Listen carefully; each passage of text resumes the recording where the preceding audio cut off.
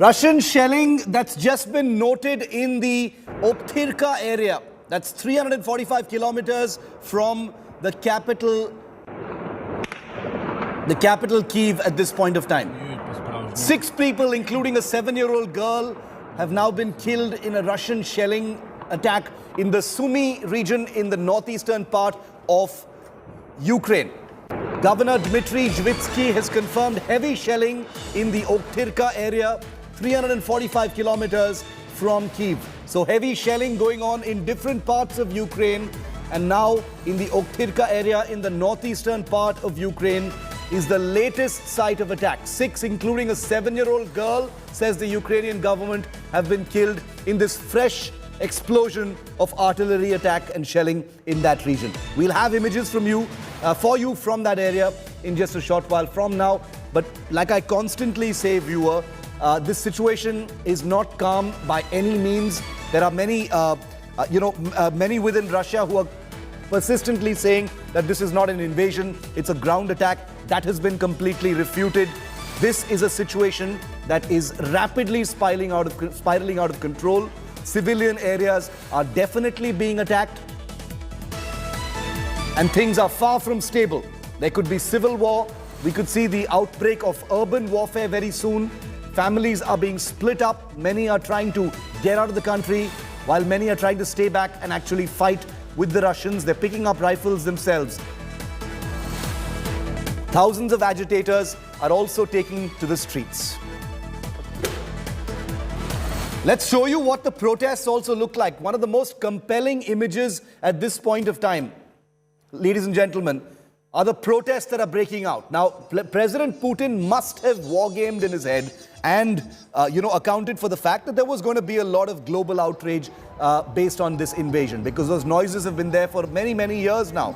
But the scale of the protests, as anti-war protesters have been taking part in major rallies across Europe, and as far away as Japan, Iran, Australia, the United States, of course, people in Russia especially have been showing their resentment at Putin's war, hitting the streets in record numbers. Over 1,700 protesters have been detained across several cities of Russia.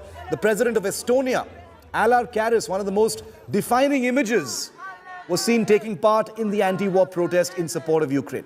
At least 30,000 people took part in the protest, which was in the capital city of Tallinn in Estonia, to show solidarity to Ukraine.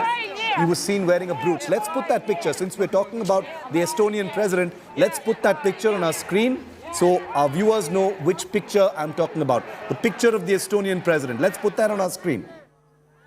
There's the Estonian president. Alar Karis said that this is not Russia's war, this is Putin's war in the heart of Europe. Volodymyr Zelenskyy expressed his gratitude to the president of Estonia for supporting the war-ravaged country in these very, very dire times. It's being seen by the people of Ukraine as a freedom struggle.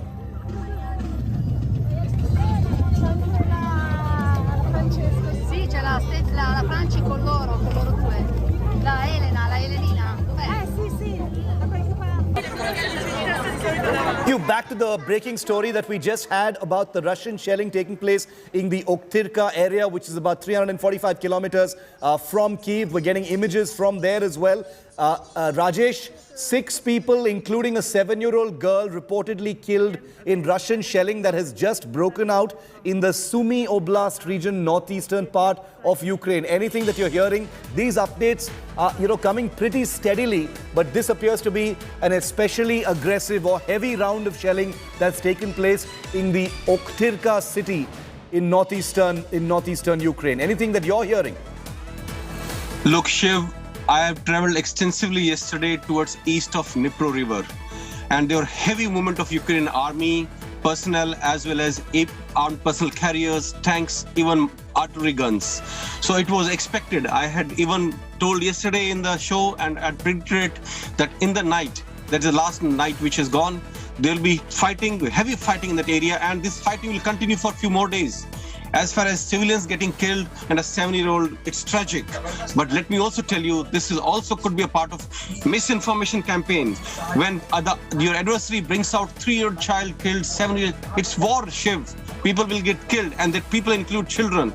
But when you specifically mention it, we need to take it with a pinch of salt. Yeah. This could be a part of a misinformation campaign to evoke sympathy and to make sure that local people go against the invading Russian army. There is no doubt that war is a horrible thing. People die. There's every possibility that children are harmed as well. But as Rajesh said, to put into perspective, when there is a claim war on, sometimes messaging can be to evoke sympathy in the rest of the world. But Rajesh, how does one corroborate these things? How difficult is it going to be to corroborate many of these claims being made? Is it virtually impossible at this point of time? Because these are dramatic claims being made about children being killed, civilian areas being targeted, flurry of videos coming out as well. Shiv, you're very right. It's almost impossible to verify anything right now. Yeah. What what Russia was showing on a Russia Today television channel, and my friend sent me the clips from various parts of the world. Russian army is claiming that it is Ukrainian militia which is putting some residential blocks on fire and try to blame the Russian army for this so that they can vilify the Russian army in the eyes of Ukrainian people. And to verify anything at this stage, believe me, you will believe depending on which side you are on. Shiv. Rajesh, what do you see happening? Today is day 4 of the invasion. Many of the things that Russia had said initially, have been quite reasonably proven to be untrue. They said this is not an invasion. We are not going to enter Ukraine. We're not going to target civilian areas. Many of those things, even accounting for the fog of war, it is pretty much true that that's not the case.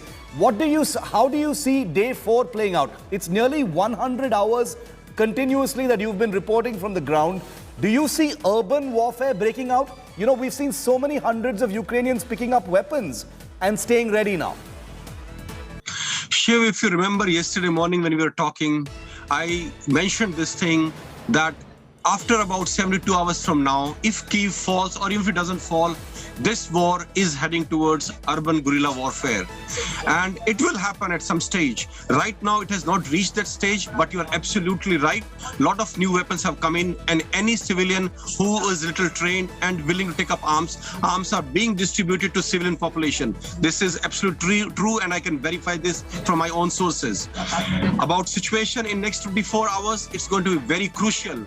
Fighting is likely to intensify a lot in the eastern region, that is northeast as well as southeast, east of River Dnipro, and that is where Ukrainian army is consolidating its defenses and trying to hold up against the Russian army. Whereas in Kyiv, I see the position of Ukrainian army is improving a little bit. It is better than what it was 48 hours when they were in total disarray. Now I see them, they are more organized and they've reorganized and are taking on the Russian militia or Russian special forces which have entered inside Kyiv in a much better way. One thing which have had them is yesterday, that is the day which is gone, yesterday from 8 o'clock in the evening till tomorrow morning, that the coming tomorrow morning, 8 o'clock, there is total curfew in Kyiv, and anybody seen outside the streets will be treated as a foreign informant or a foreign militia and will be shot at. Shiv. Urban guerrilla warfare, you're saying that the Ukrainian military's position, is better than expected. They're much more organized in the last 24 hours. Germany has just announced, a large consignment of arms and ammunition to be sent into Ukraine as well, Rajesh. Can you just, because it's very difficult for us on the outside, how crucial is it for the Ukraine army and the military to get all this ammunition from outside? Are they running out of weaponry and ammunition and ordnance? Look, Shiv, US and NATO had supplied army equipment and weapons worth almost $2 billion to Ukraine in last 1.5 years. So I don't think Ukrainian army is running short of ammunition or of armament. I think most of these armaments, like you mentioned yourself, they are handheld machine guns, they are Stinger missiles, they are Javelin missiles. All of these can be operated by a single man. They are all handheld weapons. So my fear is most of these weapons will be distributed to militia and to civilians, which invariably then will lead to a very dangerous situation for Russian army as well as for civil population, because this will be the beginning of a very, very potent urban guerrilla warfare in big cities of Ukraine. Shiv. Stay with me, Rajesh.